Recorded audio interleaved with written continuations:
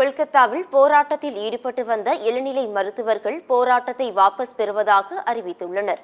கொல்கத்தா ஆர்ஜிகர் மருத்துவக் கல்லூரி மருத்துவமனையில் பெண் பயிற்சி மருத்துவர் பாலியல் வன்கொடுமை செய்யப்பட்டு கொலை செய்யப்பட்ட சம்பவம் நாடு முழுவதும் பெரும் அதிர்ச்சியை ஏற்படுத்தியது. இந்த சம்பவத்தில் சஞ்சய் ராய் என்பவர் கைது செய்யப்பட்டுள்ள நிலையில் இந்த வழக்கை சிபிஐ விசாரித்து வருகிறது. இந்த வழக்கில் ஆர்ஜிகர் மருத்துவக் கல்லூரியில் முன்னாள் முதல்வர் சந்தீப் கோஷ், தாலா காவல் நிலைய பொறுப்பு அதிகாரி அபிஜித்தும் கைது செய்யப்பட்டனர். மருத்துவ மாணவி மரணத்திற்கு நீதி கேட்டு தொடர் போராட்டத்தில் ஈடுபட்டு வந்த மருத்துவர்கள் முதலமைச்சர் மம்தா பானர்ஜியுடன் பேச்சுவார்த்தை நடத்தினர். இதில் மருத்துவர்களின் 3 கோரிக்கைகள் ஏற்கப்பட்டன.